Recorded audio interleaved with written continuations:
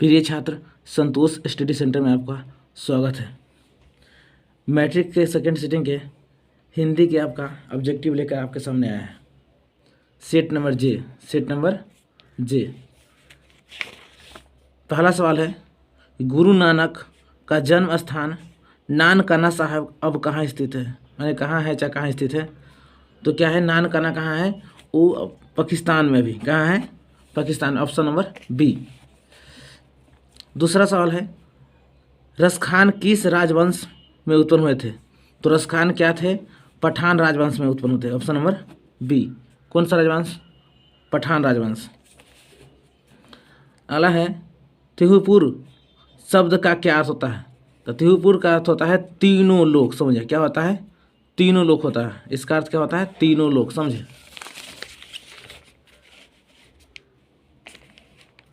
चौथा सवाल है कि ठठे विदेशी ठाठ सब वन्यो देश विदेश सपने हूँ जिनमें न कहूँ भारतीयता लेस। यह पंक्ति किस शीर्षक कविता का है? तो क्या होगा? देखिए रहा विदेश, तो विदेश कहने विदेश या विदेश ठाठ सब न्यो देश विदेश कहने का अर्थ किस में चर्चा है? वो स्वदेशी में चर्चा है। किस में चर्चा है? स्वदेशी चैप्टर। समझा? यह शीर्षक किस। अगला है पांचवा सवाल कि गुंजन किस कविता की रचना है? गुंजन, तो गुंजन क्या लिखा गया है? वो सुमित्रा नंदन पंत के द्वारा लिखा गया। Option number B. समझे।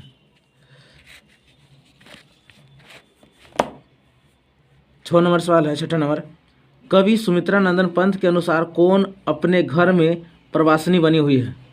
तो कौन अपने घर में, तो क्योंकि जानते हैं कि सुमित्रा नंदन पंत भारत माता लिखे हुए, तो कहने का अर्थ इसका हुआ प्रवासिनी कौन बनी हुई? Bharat Mata. Option number C. समझे। 7वां सवाल है, निम्न में से रमधाई से दिनकर की रचना कौन है? पल्लव है, युगांत है, या चिदम्बरा है, या हुंकार है? तो क्या होगा? हुंकार होगा। क्या होगा? ऑप्शन नंबर डी, हुंकार। मैंने रमधाई से दिनकर के द्वारा लिखा गया है हुंकार। समझे।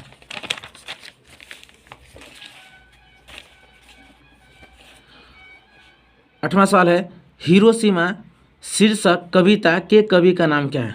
तो हिरोशिमा कौन लिख ले है? अयज्ञ जी लिख ले। समझे। मैंने सचिदानंद हीरानंद बतस्यान अयज्ञ के द्वारा लिखा गया। समझे।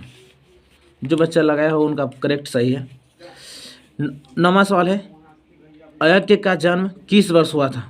तो अयज्ञ का जन्म कब हुआ था? 1911 में हुआ था। समझे। कब हुआ था? 1911 ईस्वी। हिरोशिमा शीर्षक कविता किसका चित्रण करती है? वह समझ। तो हिरोशिमा क्या है? वहाँ वो आधुनिक सभ्यता की दुर्दर्श मानवीय विविधता का अर्थ करता है। समझे। ऑप्शन नंबर सी इसका से होगा। समझे। 11वां सवाल है, मगम्मा क्या बेचती थी? घी बेचती थी कि दही बेचती थी कि पनीर बेचती थी कि खोआ बेचती थी? तो मगम्मा क्या बेचती थी? दही बेचा करती थी। समझिए।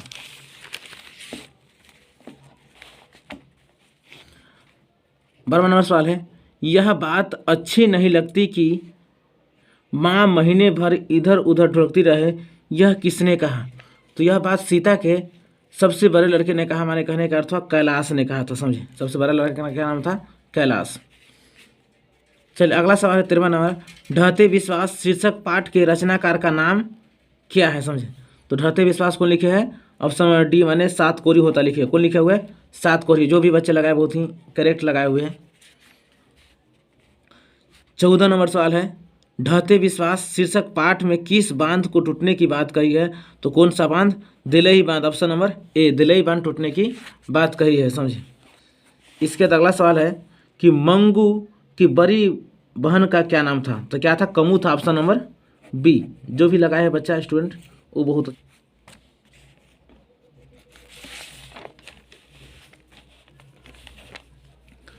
16 नंबर सवाल है कि लेखक सुजाता का वास्तविक नाम क्या है? तो सुजाता का वास्तविक नाम क्या था? ए सरंग राजन। माने option number C. Option number कौन था? होगा सी होगा। समझे। अगला है, कौन पापाती को अकेली छोड़कर नहीं जाना चाहती थी? तो क्या था? पापाती की जो मम्मी थी, कहने का अर्थ हुआ वल्ली अमाल। Option number D. समझे। 18वां सवाल है, वल्ली अमाल के गांव का नाम क्या था? तो क्या था? ऑप्शन नंबर ए होगा मुंडाडीपट्टी टिट। समझे। क्या होगा? मुंडाडीपट्टिट। समझे। Option number A. 19 नंबर सवाल है, धरती कब तक घूमेगी शीर्षक पाठ में सीता क्या देखकर वांसी रह गई। तो सीता क्या देखकर रह गई, अपना काला ओढ़ना। ऑप्शन नंबर बी, अपना काला ओढ़ना देखकर, समझे, ऑप्शन नंबर बी।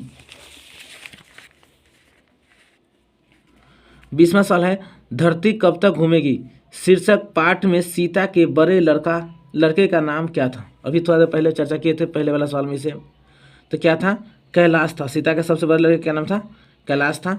मझला बेटा का नाम था नारायण और सबसे छोटा बेटा का नाम था बिरजू, समझे। कहने का अर्थ सबसे बड़ा बेटा का नाम क्या हो गया, कैलाश। अगला लेखल है, पुष्परिणी किसकी रचना है। तो पुष्परिणी तुमको सच्चिदानंद के द्वारा लिखा गया, माने हीरानंद बतसियान माने अयज्ञ के द्वारा। ऑप्शन नंबर डी होगा, समझे। ऑप्शन नंबर कौन होगा, डी, समझे। 22वां नंबर सवाल, मनुष्य और सभ्यता के विनाश की अंतर्व्यवस्था को अभिव्यक्त करने वाली कविता निम्न में से कौन है। तो क्या है, मानव के विनाश माने एक कथी कौन सा है, एक वृक्ष की हत्या में चर्चा किया गया है। मानव के विनाश के अथी गया बताया गया है, समझे।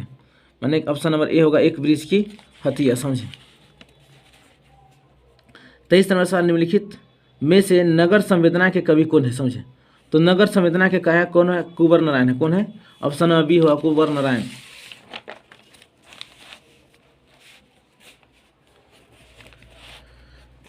24 नंबर सवाल है कि वीरेंद्र डंगवाल का पहला कविता संग्रह कब प्रकाशित हुआ था। तो वीरेंद्र डंगवाल का पहला कविता कब हुआ था, सन 1991 ईस्वी में, समझे। 25वां नंबर सवाल है, अक्षर ज्ञान शीर्षक कविता कहाँ से ली गई है। तो अक्षर ज्ञान क्या है, कवि से कथित किससे लिया गया, कवि ने कहाँ से, समझा। किससे लिया गया है, कवि ने कहाँ से लिया गया, समझे। 26 नंबर सवाल है कि नदियाँ मैदान बंगाल के बुलाएंगे मैं आऊँगा, यह पंक्ति किस शीर्षक कविता की है, समझे। तो लौट कर आऊँगा, बंगाल की चर्चा से चढ़ता क्या होगा, ऑप्शन नंबर ए, लौट कर आऊँगा, समझे। 27 नंबर सवाल है कि रेनन मारिया रिल्के के पिता का नाम क्या था। तो एक पिता का नाम था जोसेफ रिल्के, समझिए। अगर माता का नाम पूछता तो सोफिया होता, समझे। क्या होता है, माता का नाम पूछता, माता का नाम करने का अर्थ हुआ। और इसकी माता का नाम पूछता तो क्या होता है, सोफिया, समझे। लेकिन क्या था, इसके पिता का नाम पूछा था, क्या हुआ, जोसेफ रिल्के होगा, समझे। 28 नंबर सवाल है, लाइफ एंड सॉन्ग्स कविता संकलन किसकी रचना है। तो लाइफ एंड सॉन्ग्स तुमको रेनन मारिया रिल्के के द्वारा लिया गया, ऑप्शन नंबर सी होगा, समझे। 29 नंबर सवाल है, लौट कर आऊँगा फिर शीर्षक कविता के अनुवादक का नाम क्या है। तो क्या है, इसका अनुवादक का है प्रयागराज, माने प्रयाग शुक्ल किए हुए। ऑप्शन नंबर डी होगा, समझे, प्रयाग शुक्ल। 30वां नंबर सवाल है कि अक्षर ज्ञान शीर्षक कविता में अंग के ड को बेटा क्या समझता है। तो अंग को बेटा ड को क्या समझता है, माँ समझता है, समझे। क्या समझता है, माँ समझता है, समझे। 31वां नंबर सवाल है, जिस वाक्य में एक क्रिया होती है और एक कर्ता होता है उससे कौन सा वाक्य, जैसा एक क्रिया की बात आता है तो कौन सा वाक्य होगा, सरल वाक्य होगा। कौन वाक्य होगा, सरल वाक्य, ऑप्शन नंबर सी।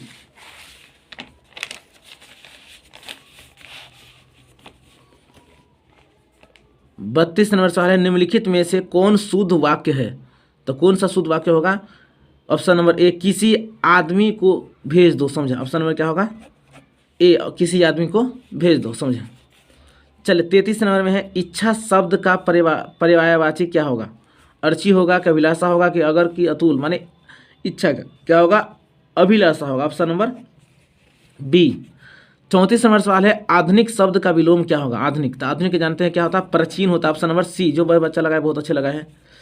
35 नंबर सवाल है, स्वेद से उत्पन्न होने वाले के लिए एक शब्द क्या होता है, इसको स्वेदज कहते हैं। उसको क्या कहते हैं, ऑप्शन नंबर डी होगा, स्वेदज कहते हैं। उसको क्या कहते हैं, स्वेद से उत्पन्न वाले के स्वेदज कहते हैं, ऑप्शन नंबर डी। 36 नंबर सवाल है कि अपना किया पाना मुहावरे का क्या अर्थ है। तो क्या अपना किया करना का अर्थ क्या होगा, कर्म का फल भोगना, कहने का अर्थ ऑप्शन नंबर ए होगा, समझे। कर्म का फल भोगना, समझे। अगला सवाल है विधवा शब्द का विलोम क्या होगा? तो विधवा का क्या होता है? सधवा, ऑप्शन नंबर बी। जो भी स्टूडेंट लगाए बहुत अच्छे लगाए हैं। 38 नंबर सवाल है रात शब्द का पर्यायचित क्या होगा? तो रात का क्या होता है? रजनी, ऑप्शन नंबर सी। रात का क्या होता है? रजनी। चले बिना अंकुश का के लिए एक शब्द क्या होगा? तो बिना अंकुश का क्या होगा? निरंकुश होता है। इसको ऑप्शन नंबर क्या होगा? डी। बिना अंकुश के क्या होता है? एक के लिए एक शब्द क्या होता है? निरंकुश। समझे। अगला है फूक फूंक फूंक कर पैर रखना मुहावरे का क्या अर्थ होगा? तो सोच विचार कर काम करना, ऑप्शन नंबर ए होगा। माने सोच विचार कर काम करना, ऑप्शन नंबर क्या होगा? ए होगा। समझे।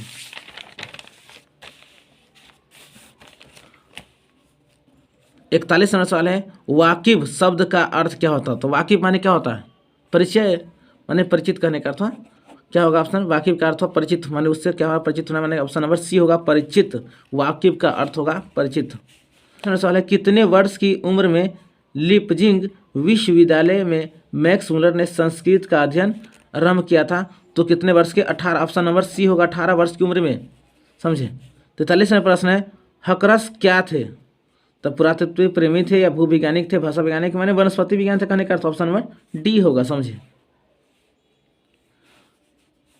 44 क्वेश्चन है नृवंश विद्या का संबंध किससे है? तो नृवंश विद्या का मानव विज्ञान से, ऑप्शन नंबर ए होगा। मानव विज्ञान से। समझे। 45 नंबर है काम सूत्र के रचयिता का क्या नाम है? तो काम सूत्र कौन लिख ले? वत्स्यायन लिख ले। समझे। Option number B.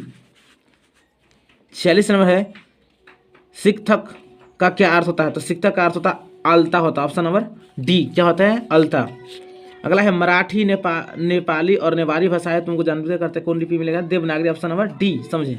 देवनागरी में लिखी जाती है। समझे। अगला है नागरी लिपि शीर्षक पाठ कहाँ से लिया गया है? तो नागरी लिपि कहाँ से लिया गया है?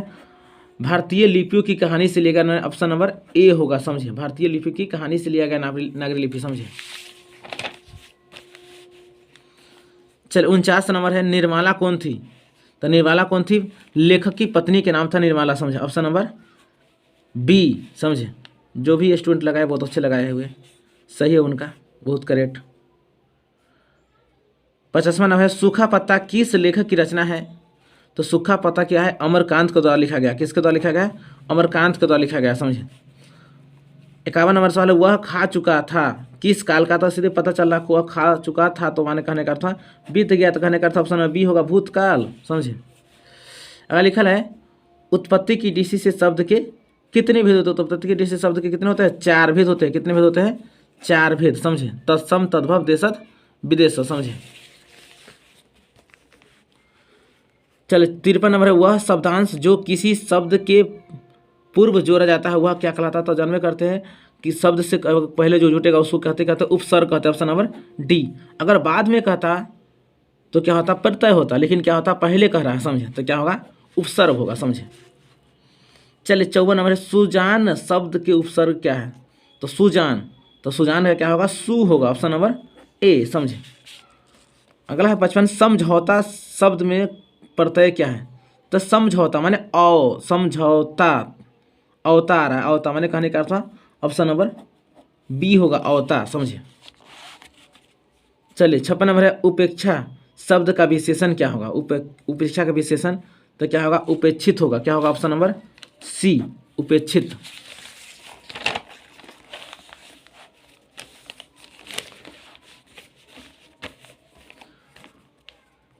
संतावन का है संधि का सामान्य अर्थ क्या होता है? तो संधि का अर्थ मेल, तो शामिल होता है, हासिल होता है, जवाब होता है, मिलता है। इसका अर्थ डी होगा ऑप्शन।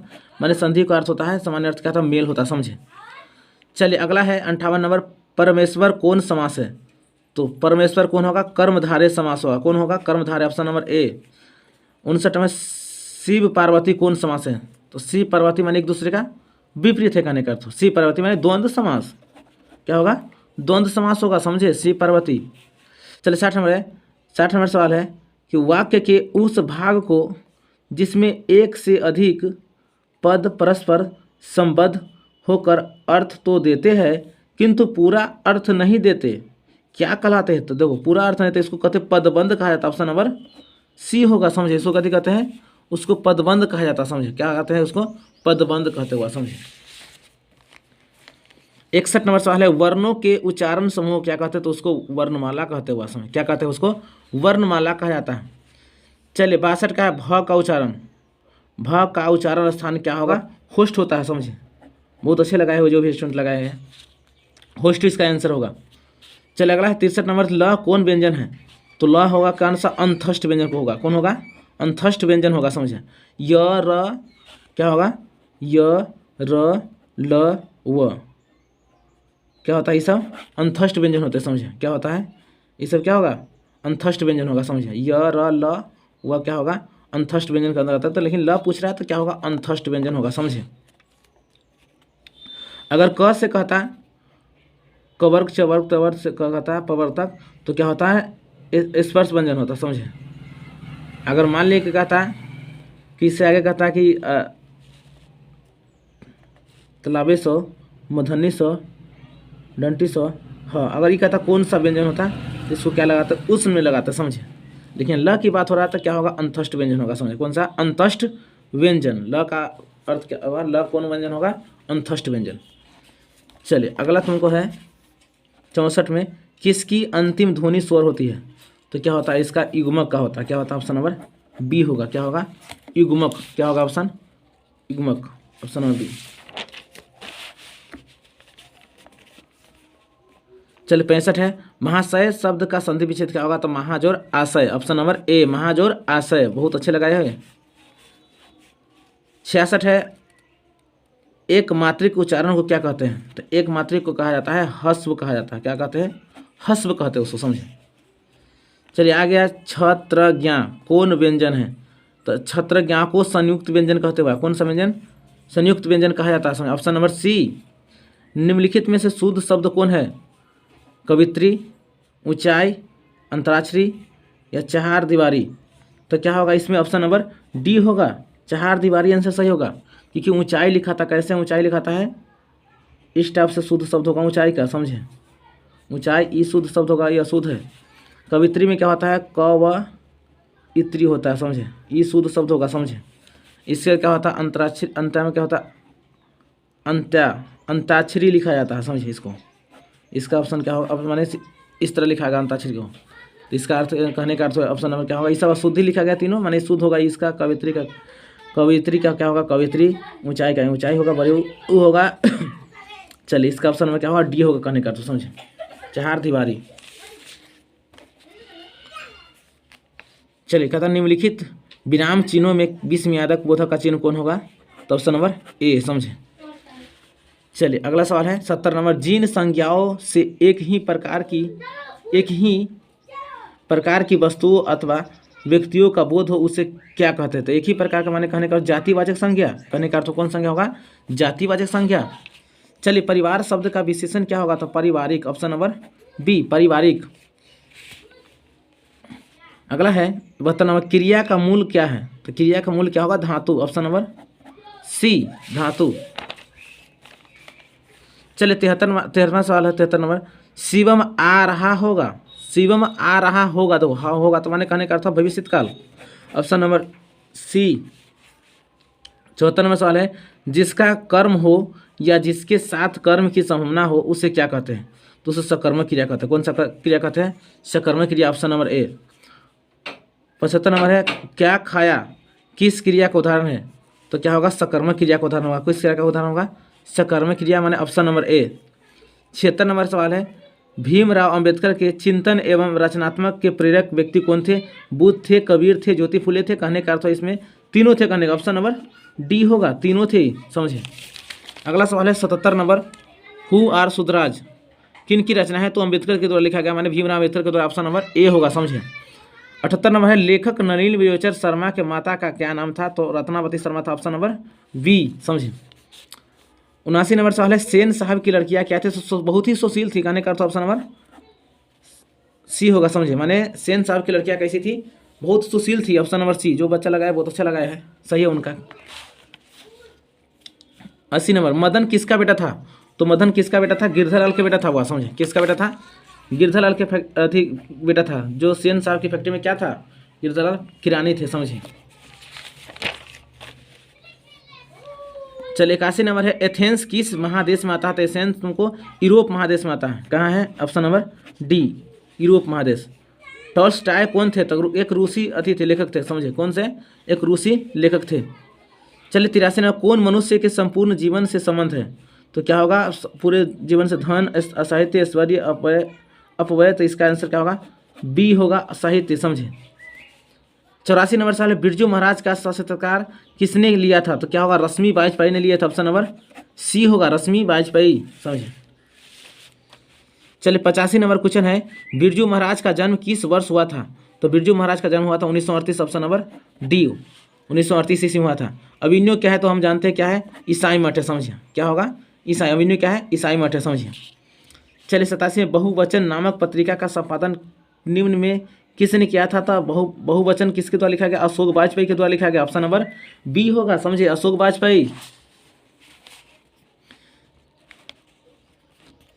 88 नंबर सवाल है, लेखक विनोद कुमार शुक्ल को साहित्य अकादमी पुरस्कार किस वर्ष प्राप्त हुआ था? 1990 के ईस्वी में हुआ था, समझ। 1990, ऑप्शन नंबर डी होगा, ऑप्शन नंबर सी होगा, समझे। ऑप्शन नंबर सी, 1990 ईस्वी में। 89 नंबर सवाल है, नौबत खाने में इबादत शीर्षक पाठ साहित्य की कौन सी विद्या है? तो नौबत खाने में इबादत क्या है? व्यक्ति चित्र, ऑप्शन नंबर डी, समझे। 90 नंबर सवाल है, कोई संस्कृति जिंदा नहीं रह सकती अगर वह दूसरों की संस्कृति का क्या करने की कोशिश करती है? तो क्या करने की बात करती है? बहिष्कार करने का। ऑप्शन नंबर ए, समझिए। चलिए 91 नंबर, प्रभाव शब्द कौन लिंग है? तो क्या होगा? प्रभाव जो है एक पुल्लिंग शब्द है। कौन सा शब्द है? पुल्लिंग शब्द है। अगला सवाल है कि आम्र शब्द है, तो आम्र कौन सा शब्द है? एक तत्सम शब्द है। कौन शब्द है? तत्सम शब्द। कौन शब्द होगा? ऑप्शन नंबर ए, अब माने तत्सम शब्द, समझे। 93 सवाल है, भगवान शब्द का स्त्रीलिंग रूप क्या होगा? तो भगवान है क्या होगा? भगवती होगा। ऑप्शन नंबर बी, भगवान है क्या होगा? भगवती। कारक के कितने भेद होते हैं? तो कारक के कितने भेद होते हैं? ऑप्शन नंबर सी, 8 भेद होते हैं, समझिए। 95 नंबर, श्याम कलम से लिखता है किस कारक व्यक्ति है? तो श्याम कलम से लिखता है, कर्ता ने कर्म को करण से, करण माने कहने का अर्थ ऑप्शन नंबर डी होगा, समझिए। चलिए 96 नंबर, नदी शब्द का बहुवचन क्या होगा? तो नदी शब्द का क्या होगा? नदिया होगा। ऑप्शन नंबर ए होगा, समझिए। 97 नंबर सवाल है, सूर्य शब्द का स्त्रीलिंग रूप क्या होगा? तो सूर्य क्या होगा? ऑप्शन नंबर बी होगा, सूर्य होगा, समझे। क्या होगा? सूर्य। 98 नंबर सवाल है, शब्द जब किसी वाक्य में पीरो दिए जाते हैं तब क्या कहलाते हैं? तो पीरो दिए जाते हैं तो इसको पद कहते हैं, वो ऑप्शन नंबर सी होगा, पद कहा जाता है। 99 नंबर सवाल है, यह मेरा छोटा भाई अमित है किस सर्वनाम का उदाहरण है? तो यह मेरा छोटा भाई अमित है, समझे। तो निश्चयवाचक, निजवाचक, पुरुषवाचक, निश्चयवाचक, मैंने कहने का अर्थ हुआ निश्चय की बात बोल रहा है, समझे, क्योंकि मेरा छोटा भाई अमित है, समझे। तो कहने का अर्थ ऑप्शन में क्या होगा? डी होगा, निश्चयवाचक सर्वनाम। लास्ट सवाल है 100 नंबर, दुखी लोगों की मदद करो किस विशेषण का उदाहरण है? दुखी लोगों की मदद करो तो क्या होगा? वो गुण का विशेषता बता रहे हैं, गुणवाचक, समझे। ऑप्शन नंबर बी होगा, समझिए।